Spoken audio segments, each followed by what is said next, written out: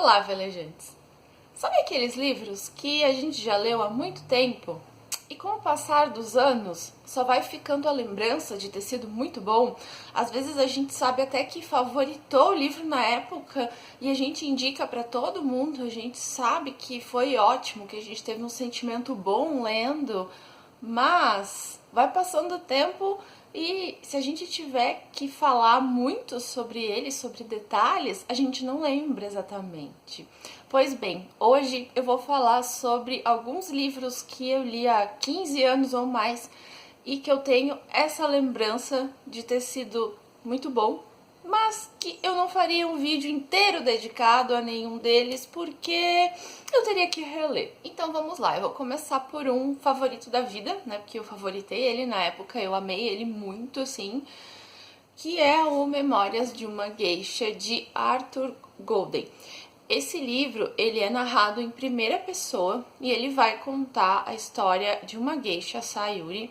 Ele inicia em 1929 e acho que dá pra gente chamar de romance de formação, porque a gente vai ver toda a infância até a velhice da Sayuri. Sayuri é o nome de geisha dela, né? Ela foi nascida sob o nome Shio. Inclusive, ela passa pela Segunda Guerra Mundial. Então, aqui a gente tem um romance histórico também, porque os fatos, né, que aconteceram no Japão naquela época, como era a cultura do país, como foi todo o desenrolar desses anos todos, né? A gente tem o pano de fundo real ali do Japão.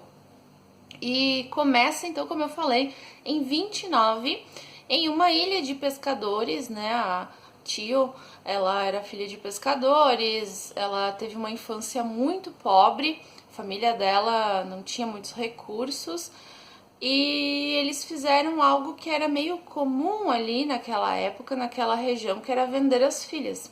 Então o pai dela vendeu ela e a irmã dela, se eu não me engano, a irmã dela era um pouco mais velha que ela. E o que acontecia, né? Quando eles vendiam as meninas, as mais bonitas, assim, que viam o potencial, elas iam para as casas de geisha. Elas iam aprender a ser geisha.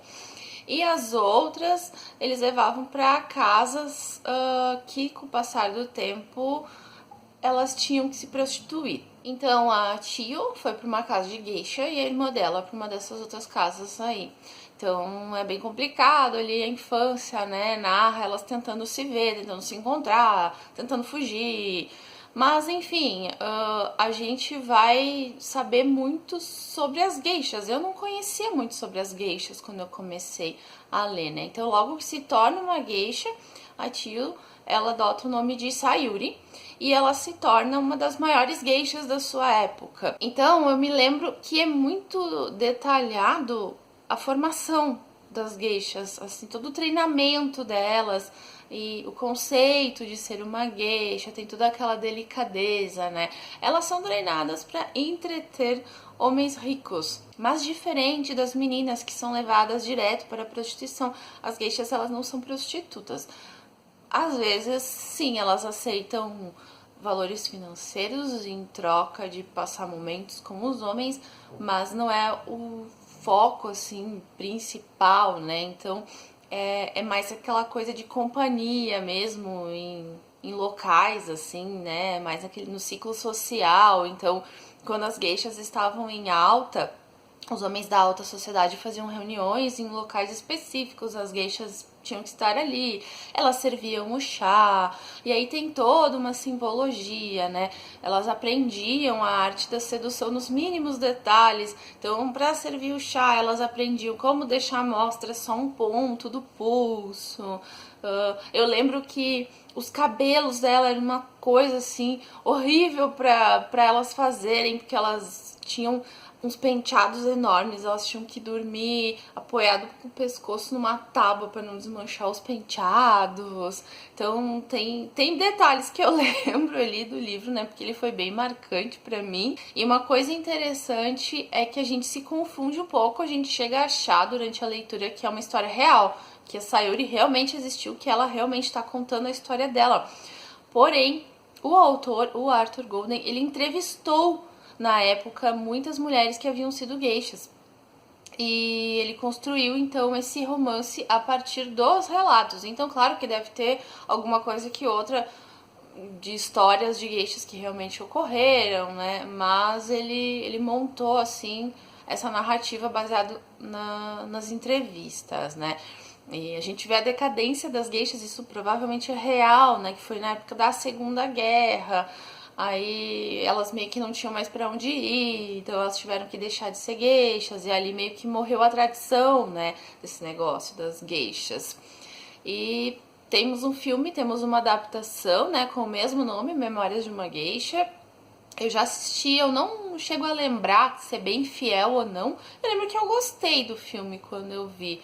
Então, né, também recomendo, se alguém não quiser ler o livro, ele não é muito pequeno, né, é um livro um pouquinho grande, se alguém tiver interesse na história, quiser dar uma olhada no filme. É um filme de 2005, se eu não me engano. Próximo livro, na verdade, são três, é uma trilogia. Trilogia Millennium, escrita pelo sueco Stieg Larsson.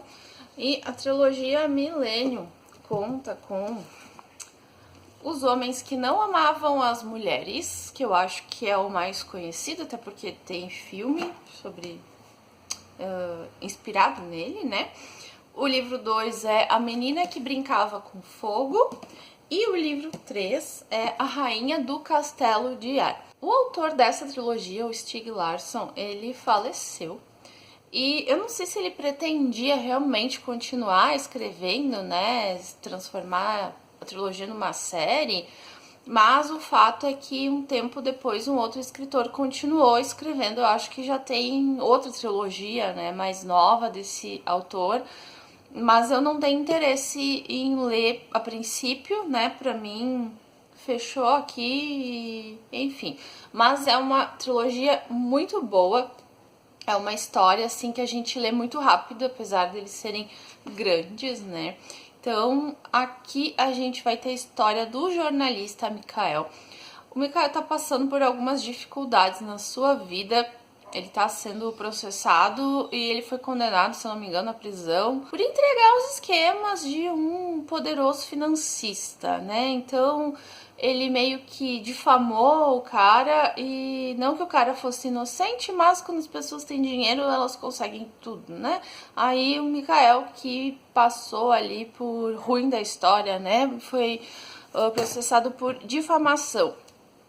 Então, ele tá numa situação bem ruim e ele recebe uma proposta de uma outra pessoa rica, um cara ali que aparece, que é que ele escreva a biografia da sua família. Mas quando o jornalista vai ver, não é bem assim, não é apenas escrever a biografia da família. Esse cara quer ajuda para encontrar a sobrinha dele que desapareceu já faz acho que uns 40 anos, sob circunstâncias misteriosas, numa reunião de família. Então, o Mikael começa a cavar, né, a história dessa família, e ele começa a descobrir umas coisas muito estranhas sobre eles. Ele recebe ajuda de uma moça bem estranha, que é a Lisbeth Salander, que é a grande heroína da série, da trilogia, né? Acho que todo mundo que leu adora a Lisbeth. Ela é uma hacker, ela é super inteligente, e ela começa a trabalhar com o Mikael. Ela se interessa em trabalhar nesse caso, em investigar, porque é uma mulher que desapareceu, porque o Mikael acredita que envolve violência contra uma mulher, e aí é uma causa que a Lisbeth, ela tem na vida dela, assim, ela fica revoltada com isso, então ela começa a trabalhar junto com ele. E acontece muita coisa, assim, inclusive muita coisa que eu não lembro, que eu gostaria de lembrar, mas eu sei que é uma história muito bem construída, tem muitos plots, né? Tem muitas reviravoltas, a gente fica, assim, em alguns momentos meio chocados. É um livro forte, são 3 livros, na verdade, fortes, né? Então tem uns alertas de gatilho aí, mas vale super a pena a leitura, então, da trilogia Millennium. Na minha adolescência ali, quando eu tava no ensino médio, né, já quase uma jovem adulta, eu comecei a ler um autor que tava na moda, assim, muita gente tava lendo e falando muito bem, que é o Dan Brown. E, claro, sua obra mais famosa é o Código da Vinci, né, então muita gente... Nossa, tem um marcador aqui dentro. Muita gente tava lendo, tava falando do Código da Vinci. Obviamente eu li o Código da Vinci, mas o livro que eu mais gostei dele, que eu li depois do Código da Vinci, foi o Anjos e Demônios. E esse ficou também bastante conhecido, mas não tanto, né, quanto o Código da Vinci. Mas esse livro aqui também tem o mesmo protagonista do Código, que é o Robert Langdon, que é o principal herói das histórias do Dan Brown. E o Robert Langdon aqui, ele se vê envolto a uma trama que envolve religião, né, se passa grande parte na cidade do Vaticano, e envolve ciência também, pois aqui a trama, resumindo, é que os Illuminati querem se vingar da Igreja Católica e eles roubam então uma arma poderosíssima de um centro científico, eu acho que em Genebra, na Suíça, porque tem alguma coisa também de um cientista que é encontrado morto com um símbolo gravado, né? Por isso que envolve, porque ele é simbologista, então ele sempre começa a se envolver nas histórias quando tem alguma cena, algum assassinato, alguma coisa, e é deixado algum símbolo, alguma coisa que ninguém entende, aí chamam ele para decifrar. Aí ele começa a investigar, né? Sempre mais ou menos isso que acontece. Então é roubada essa arma aí dos cientistas que vai explodir o Vaticano. Então, basicamente, essa arma tá escondida lá nos subterrâneos e ele vai passar por um monte de coisa, tem que descobrir muitas coisas até chegar nisso, né? E, obviamente, ele conta com a ajuda de uma mulher. Normalmente, nesses livros, o Robert Langdon conta com a ajuda de alguma mulher muito inteligente como ele. Aqui, no caso, é a Vittoria Vetra, que é uma cientista italiana, que ela vai ajudar ele. E a gente tem aqui uma trama muito bem construída também, pelo menos quando eu era adolescente eu gostei muito, né? E eu acho que é o melhor livro do Dan Brown que eu li. Eu não li muitos assim, eu li até alguns mais recentes dele, né? Eu li O Inferno, mas nenhum me pegou tanto como Anjos e Demônios. Eu lembro que eu não dormia, porque eu fiquei lendo ele muito rápido ele, até porque ele não é tão grande também, né? E é um livro bem fluido também. Então, se alguém nunca leu Dan Brown, dê uma chance, porque é bem legal, é um entretenimento, assim, muito bom. Eu acho que agora ele não tá mais tão famoso, né? Não tá mais tão na modinha, assim, mas o cara continua inativo. De vez em quando eu vejo que ele lança algum livro, enfim, e Anjos e Demônios é muito legal. E eu acho que tem filme também, se não me engano. Eu tenho certeza que o Código da Vinci tem. Mas eu não me lembro se eu assisti o filme. Olha, eu gostei tanto do livro, eu não me lembro se eu assisti o filme, né? Coisas da vida. Próximo que eu quero falar, eu li faz tanto tempo que eu nem tenho ele aqui. Eu tive uma fase, também no ensino médio, que eu lia muito Paulo Coelho. Então eu pegava na biblioteca da escola e assim, tudo que tinha disponível do Paulo Coelho naquela época, eu li. Tudo que já tinha sido publicado, que tava fácil, assim, eu acho que eu li, sabe? Eu li muita coisa, assim. Ele era meu autor favorito da adolescência. E, né, aquela coisa, né, adolescente começando a se interessar por bruxaria, por magia. E ele aborda, né, esses temas nos seus livros. Então, um livro que me marcou muito, que eu queria falar aqui, é o Brida. Eu vou deixar a foto dele aqui. Brida conta a história de uma jovem, uma irlandesa, chamada Brida. E ela tem, acho que uns 21 anos. E ela tá numa busca, assim, que eu me identificava, né? Ela se interessa por magia, pelos poderes ocultos. Então, a gente vai ver a caminhada dela nisso. Ela tem primeiro um mestre ali, um homem que ela conhece, um mago, que ele fala da tradição do sol, né? Fala muito da natureza, dos poderes divinos, e ela começa a estudar com ele. Eu acho até que ela se envolve com ele amorosamente, eu não tenho certeza, mas pelo que eu lembro, tem alguma coisa assim, tá? Tem romance, eu acho, no livro. Mas de verdade o coração dela pede outra coisa, então ela toma como mestra uma mulher que vai ensinar o caminho da lua, dos ciclos da natureza, enfim, é meio diferente do que ele acredita, né, esse cara. Então ela vai passar a estudar com essa mulher, se não me engano, escondida dele. E é muito mágico esse livro e para uma jovenzinha que estava começando a se interessar por isso, nossa, eu achei o máximo na época, e foi um deleite assim para mim. Assim como todos os livros dele eram, né? Tem muito livro dele que me marcou muito. E faz um tempo que eu não leio Paulo Coelho, mas eu leria ainda se lançar alguma coisa que eu me interesse, porque eu tenho esse carinho, sabe? Eu tenho essa lembrança boa ali dessa época da minha vida que eu lia muitos livros dele.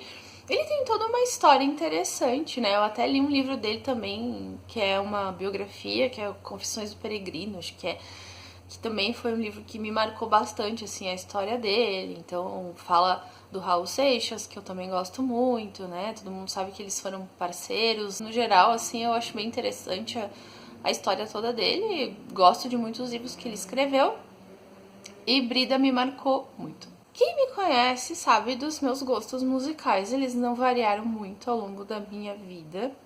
Mas quando eu comecei a ouvir rock lá no início da adolescência ali, eu ainda era meio criança, pra falar a verdade, era meio comum na minha época ali, né, no início dos anos 2000, quem que ia pra esse lado, né, os roqueirinhos, jovenzinhos, todo mundo quase gostava de Nirvana. E eu amava Nirvana. Não que eu não goste hoje em dia, que eu não escuto tanto.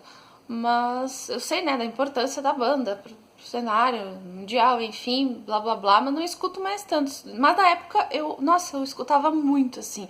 Eu era muito fã do Kurt Cobain. Eu tinha posters do Kurt Cobain pelo meu quarto, sabe? Eu era muito, muito, muito fissurada. E eu ganhei o livro da biografia dele, né? O Mais Pesado que o Céu, Heavier Than Heaven. Quem escreveu foi Charles R. Cross. E ele fez um trabalho incrível. Essa biografia é uma das melhores que eu já li. O Charles, ele entrevistou muitas pessoas envolvidas ali na vida do Kurt, né? Muitos amigos, familiares. E ele construiu aqui a linha do tempo, né? Então ele conta desde a infância pobre do Kurt Cobain, da família conturbada dele, da adolescência conturbada, da vida conturbada, tudo é conturbado, da relação conturbada com a Courtney Love, né? Tudo assim, até o suicídio. E, inclusive, ele fala daquelas teorias, né, que não teria sido suicídio. Ele levanta essa questão aqui também. Então, é muito completo, sabe? Eu lembro que eu gostei muito de ler esse livro. Eu ficava acordada de noite, não dormia, ficava lendo o livro. Acho que eu já falei sobre outro livro aqui hoje, né? Mas, enfim, de fato, naquela época eu tinha mais disposição para ficar lendo de madrugada e não dormia. Eu não trabalhava também, eu só estudava, então como era bom passar a madrugada inteira lendo, né? Mas essa biografia é muito boa mesmo. Ele traz histórias muito íntimas do Kurt. Ele conta desde como foi a primeira vez dele até pensamentos. Ele consegue chegar assim num ponto de como que ele se sentia, quais distúrbios ele realmente tinha, por que ele inventava umas coisas e acreditava, sabe? Então tem isso também, né? E ele aborda no livro. Tem passagens muito engraçadas e, claro, né, tem uma carga emocional muito grande, afinal, uma vida tão intensa, tão cheia de coisas e que infelizmente acabou tão rápido, vai ter uma carga emocional bem elevada, mas uma ótima biografia. Os próximos livros que eu vou falar, eu até queria um dia fazer um vídeo especial sobre esse autor, sobre os livros dele, porque ele faz um trabalho muito interessante, que é um autor brasileiro que escreve sobre vampiros. Sim, estamos falando de André Bianco. E esses dois livros aqui são os que eu mais gostei dele. Eu não li tantos livros dele assim, mas esses aqui eu adorei e eu li, acho que eu tinha uns 20, 21 anos, sei lá. E eu achei incrível, né? O 7 foi o primeiro então que eu li dele. E no 7 a gente tem um cenário que se inicia em uma cidadezinha fictícia, uma praia, aqui no Rio Grande do Sul. Então, nossa, que legal, um livro de vampiros escrito por um brasileiro que se passa no Brasil. É isso que eu queria, né? Uma coisa que pra mim era inédita até então, nunca tinha visto. E então, no início do 7, é resgatado uma caravela que naufragou não sei quantos anos, será que eu tenho isso anotado? 5 séculos, uma caravela portuguesa de 5 séculos é resgatada no litoral. E dentro dessa caravela tem uma caixa de prata lacrada. E dentro dessa caixa, então, resumindo, vai ter os vampiros. Vai ter 7 vampiros, né? E eles são portugueses, se eu não me engano, e eles acordam, né? Obviamente, acho que alguém... Eu acho, não tenho certeza, que tem aquele clichêzão de alguém que tá olhando os vampiros e se corta, e sangue, eles acordam, acho que é isso, tá? Não tenho certeza, porque eu li faz tempo. Então eles acordam pra tocar o terror, né? Os 7 vampiros ali se espalham pelo Brasil. E tem um deles que é pior do que os outros 6, que é o 7º. Que, né, esse livro obviamente vem depois do 7, a continuação. Aqui a gente tem a história focada então no 7º. E o 7º, como eu disse, ele é terrível e ele quer fazer do Brasil o seu lar e quer criar um exército de vampiros.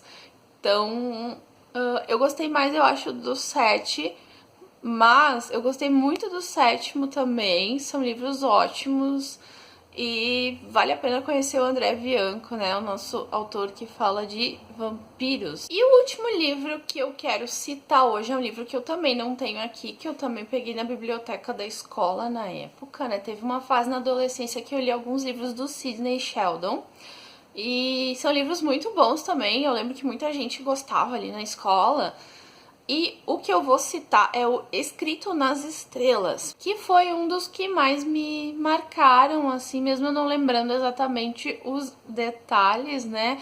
Eu lembro que eu achei muito interessante porque a personagem principal desse livro, a Lara Cameron, ela se envolve com negócios imobiliários. Então ela vai trabalhar com esse negócio de empreiteira imobiliária. E é bem detalhada essa parte da carreira profissional dela. Eu achei bem interessante na época, assim como outros livros dele também. Tem um que tinha uma advogada. Então eu achava bem interessante, assim, quando ele descrevia, né? Sempre é uma mulher, nos que eu li, né, dele, sempre é uma mulher a personagem principal e ela sempre... ou tem uma carreira, ou tem alguma coisa assim que é o foco da vida dela. E quando é uma carreira, ele descrevia bem isso. E eu achei bem interessante essa da moça que trabalhava nesse ramo imobiliário. E ela se envolve também com um homem, né? Então também tem bastante foco nesse romance da vida dela, que é um pianista. E tem bastante drama também ali na vida dos dois. Então sempre tinha uma carga dramática nesses livros do Sidney Sheldon, que para uma adolescente era bastante carga dramática, então eu achava bem interessante, eu gostava muito. E, né, como a maioria dos livros que eu falei hoje, eu não lembro muito não dele, mas eu lembro que eu gostei. Obviamente eu tenho muitos outros livros que eu poderia falar aqui, que eu li, que eu não lembro direito, que eu li faz muito tempo, que eu só ficou, né, aquele carinho especial. Mas eu escolhi esses porque sim, e que eu queria compartilhar, né, um pouquinho. E é isso, me contem aqui nos comentários se vocês também têm algum livro assim, que vocês queriam lembrar mais detalhes, que vocês leram há muito tempo. Até tem uns ali que eu lembrei de bastante coisa conforme eu fui fazendo o roteiro, né? Claro que eu li a sinopse na internet e fui lembrando daí de detalhes e fui colocando, né? Mas então é isso, gente. Obrigada por assistirem até aqui. Até o próximo vídeo e tchau!